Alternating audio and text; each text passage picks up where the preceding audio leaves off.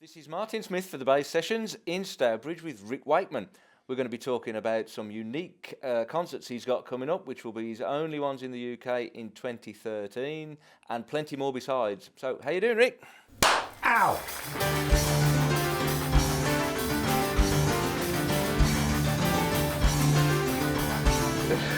Afternoon, Rick. Thanks for Good afternoon, sir. tripping up to Stourbridge to come and pay us a visit, and welcome. This is being recorded just ahead of some big gigs that you've got coming up, and your only gigs in the UK for 2013. Could you tell us a little bit about the gigs and what they're going to involve, please? Because they're quite special, aren't they? They are quite special. They've turned into something special by accident, really. Started almost a year ago to the day, and I was asked by the organisers of the Gloucester Mystery Plays. They had the idea of having a huge pageant at a rugby ground in Gloucester, with the orchestra and choir doing King Arthur, which was the original plan, which would require a lot of new music, a lot of rewriting, and I thought that could be really, really excellent. So we started working on it, and everything was going really good, and a lot of people were very interested in what we were going to do. And then it came up to Christmas, and there appeared to be a bit of a problem between the organisers and the rugby ground. I think basically at the end of the day, it came into sort of early January, late January, and it sort of appeared that for whatever reason, it wasn't going to work. They couldn't reach an agreement on how it was going to happen. And I had a meeting with the organisers, and they said, well, we can't get the rugby ground. It's a shame, really, because a lot of people are interested in what you were going to do. A lot of interest from abroad as well, because we put stuff up on the website and whatever. And I said, well, it's a shame not to do anything, because I know actually there's an awful lot of people, a lot of friends of mine, that at least a couple of hundred are coming from America that have booked hotels already. They booked well in advance. And I said, I'm not going to be very popular because they know where I live, and they'll probably come down and burn my house down. So I said, look, it'd be nice to do something.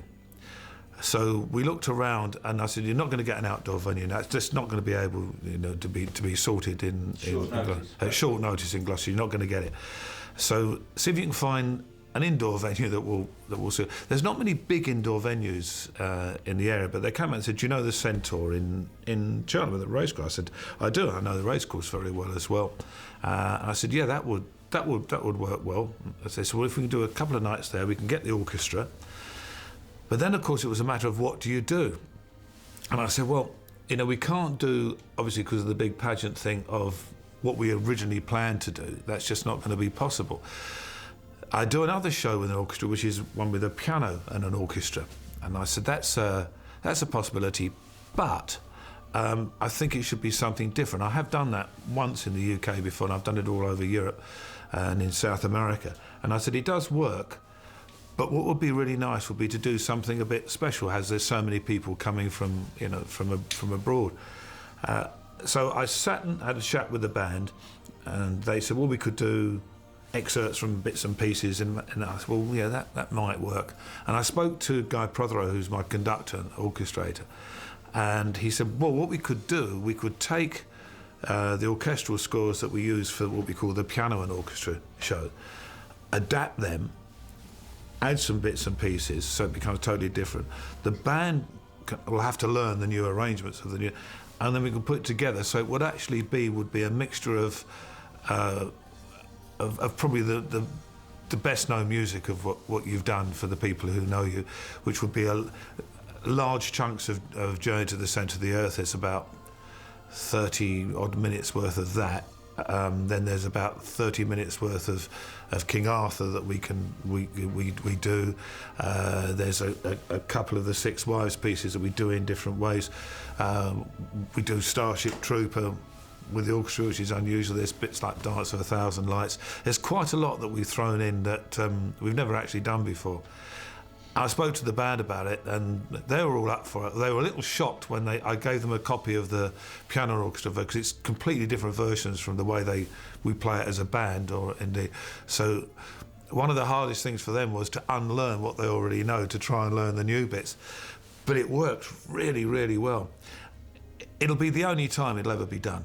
it'll never be done again because it's too complicated, and secondly, it's very expensive to do.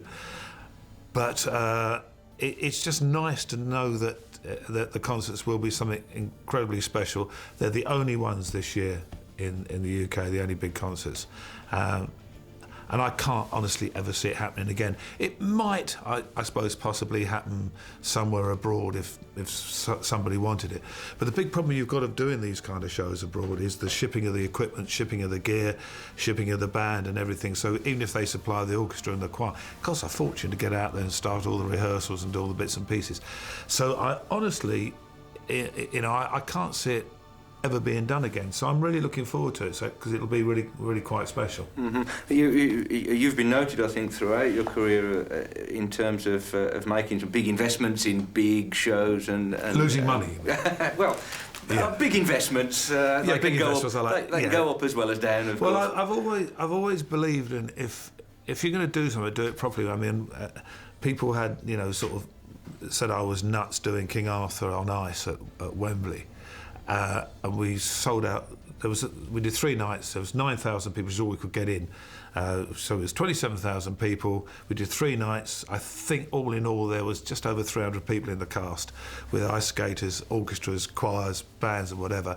And yeah, it lost money, but it had to lose money. We knew it was going to lose money, and everybody said, "You're barking." I said, "Yeah, okay, that's fine," but that was the days when what you did live was your advertisement for the album. That's what you did. And on the back of that, the album did 12 million copies. Before we did Arthur on Ice, I think it had done about 2. Mm-hmm. So, it's that's like saying to Coca-Cola, why do you spend so many millions on advertising? You know people are going to buy it. That's not actually strictly true. You've got to show people what it is that you do. And it was the same for Journey. Now, these concerts will be, at best, well, they will. They'll make some money for the charity, because they are charity performances. But from our side of things, they'll break even, because that's all we sort of care about. And we know we've already broken even with the ticket sales that have gone. And then the charity hopefully will do well.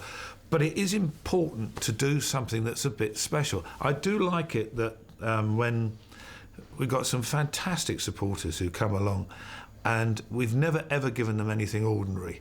And I think they will be disappointed if they got something ordinary. Mm-hmm. So it is going to be very different in every respect. Do you think, Rick, that with the with the rise of the YouTube generation and the phenomenon that there is so much video and recorded visual material available, do you think that providing a unique experience like this is going to be in a live sort of context is something that's still important in music? I think it's very important. I mean, you still get people who talk about concerts, whether it be anything from Pink Floyd's The Wall to a Yes show or a Joe show, they were there. They will still tell you about the time they were at that particular concert. They were how much they enjoyed it, the atmosphere. You get atmosphere at a live venue. With no disrespect, you don't get atmosphere on YouTube. But I've never heard anybody say, "Oh, I remember that, fantastic. I saw that YouTube, absolutely brilliant." They'll talk about the great concerts and things that they see. I still think that people genuinely really like the live experience. If you didn't have the live experience, you wouldn't have YouTube anyway. Mm-hmm, mm-hmm. Well, it's impossible, I suppose, in a way, to replicate actually being there, isn't it? You can't. And most of YouTube is somebody who's held up a camera phone or something like that, or bits and pieces. The quality of sort of 95% of everything on YouTube is probably, how can one put this politely? Well, it's crap, really, isn't it? To be brutally honest. I mean, we all watch it because it's great, little bits and pieces here and there. But you cannot beat actually being at an event, because the thing about a live event is you don't actually know what's going to happen. You can have, you're going to have some magic moments, and you might have a few sort of lifebelt moments, and it's being part of that whole atmosphere of not knowing. I mean, the people who come, they know they're going to hear the music that we do, but they're going to hear it in a different way than they ever heard it. They're going to hear different shortened versions of Journey, of Arthur, of the Six Wives, plus other pieces, a few things that they won't expect, a few things that happen, and that's pretty unique. I think that's what I go to a show for. To see something unique. Yeah. And logistically, it's a big production. You've got an orchestra of 80 or 90. Somewhat ridiculous, yeah. And a large band. You're not going to ask me to name them, are you? And phone numbers if possible. Yeah. And so what are the sort of logistical difficulties in putting on a production of that sort of scale? This one is different in many ways because we're doing another show as well at Blackfriars in a slightly in smaller well, it's show. completely different. It's something completely different. I'll come on to that in a minute. The difficulty is, first of all the orchestral scores have got to go to the orchestra, who have to rehearse them prior to that. So my conductor will go down and he rehearses the orchestral parts with the orchestra. That's before any of it. My band have got copies of all the new arrangements, so they're working together and learning the bits and pieces and change, so they'll be ready. It's all part of the jigsaw that when you all come together, you haven't got to hang around for somebody to try and learn something to do, because there isn't time to do that. My crew have already spent 6 days in putting various rigs, the keyboard bits and other things that are necessary, to bring along and to do.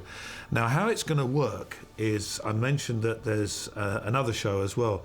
One of the things, because Gloucester Cathedral are all to do with the charity of various things, and originally it was going to be the Gloucester Mystery Players, and it was all going to be in Gloucester. We wanted to do something in Gloucester as well as Cheltenham, but it was a matter of finding somewhere to do it.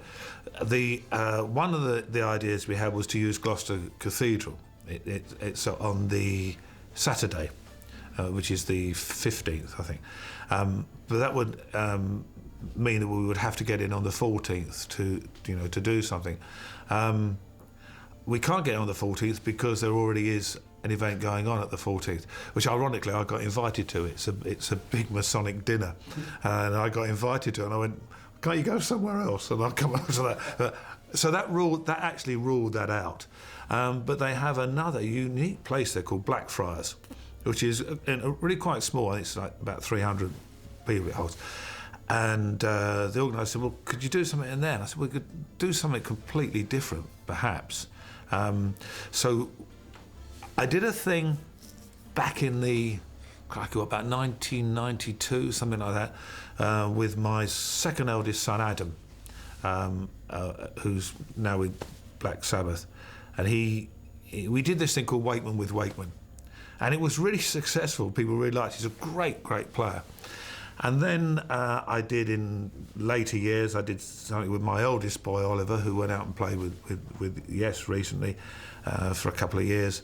And we did a couple of concerts and things together. That was really good. And my daughter Gemma, my oldest daughter Gemma, who's 30 now, we've recorded a few things together. She sang on a couple of albums. Great voice, great player too. We did the Amazing Grace DVD as well.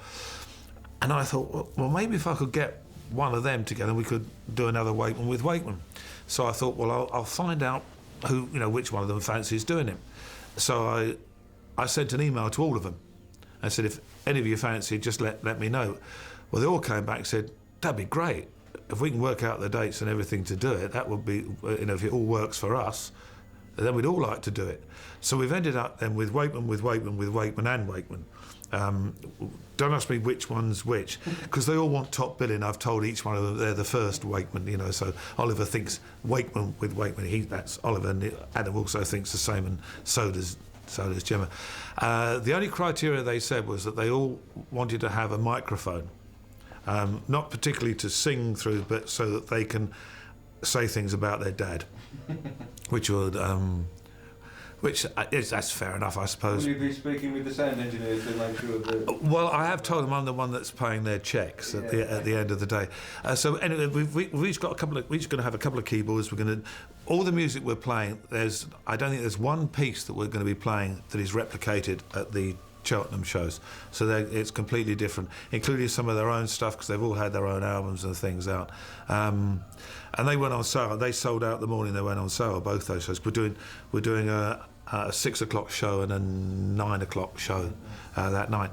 Now, whilst that's going on, the orchestra will be rehearsing at the Centaur with my band, with the English Rock Ensemble, minus me.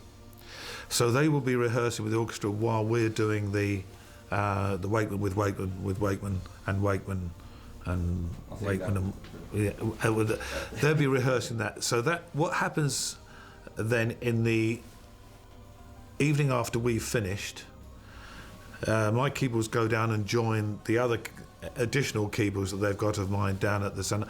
They're rigged up overnight.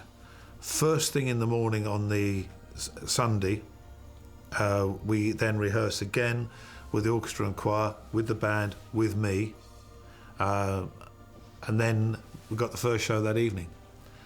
And it actually works really well to, somebody said, well, don't you get absolutely knackered doing the rehearsals and things as well on the day of the show? It actually works really well because any little areas that you're not that 100% sure of in your brain, they're there because you've literally just played them. Whereas the next day, they're bound to go wrong again, kind of thing. And we did this recently.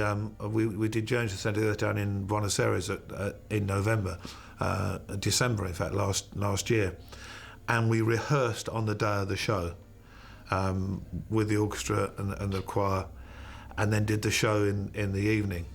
And it was really quite interesting because in fact, we were the opposite of being tired. The adrenaline was flying like crazy, and the little bits that always were a bit tricky went through as smooth as silk. And then when we did the show, we did 2 shows. We did one the next day.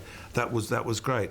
So I actually quite like the idea of intense rehearsals on the day of the show because everything's really fresh and raring to go. Yeah, and then there's another show on the Monday. So it's the organisation. You're quite right.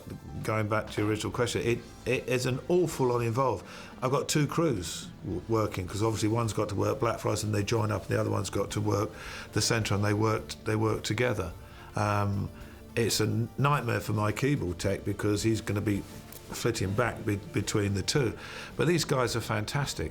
They're the best in the business, and they know exactly what they're doing. And I know, providing the worst thing you could ever do to anyone is say, what are you doing? Because the answer is they'll turn around and say, we know what we're doing. Do you?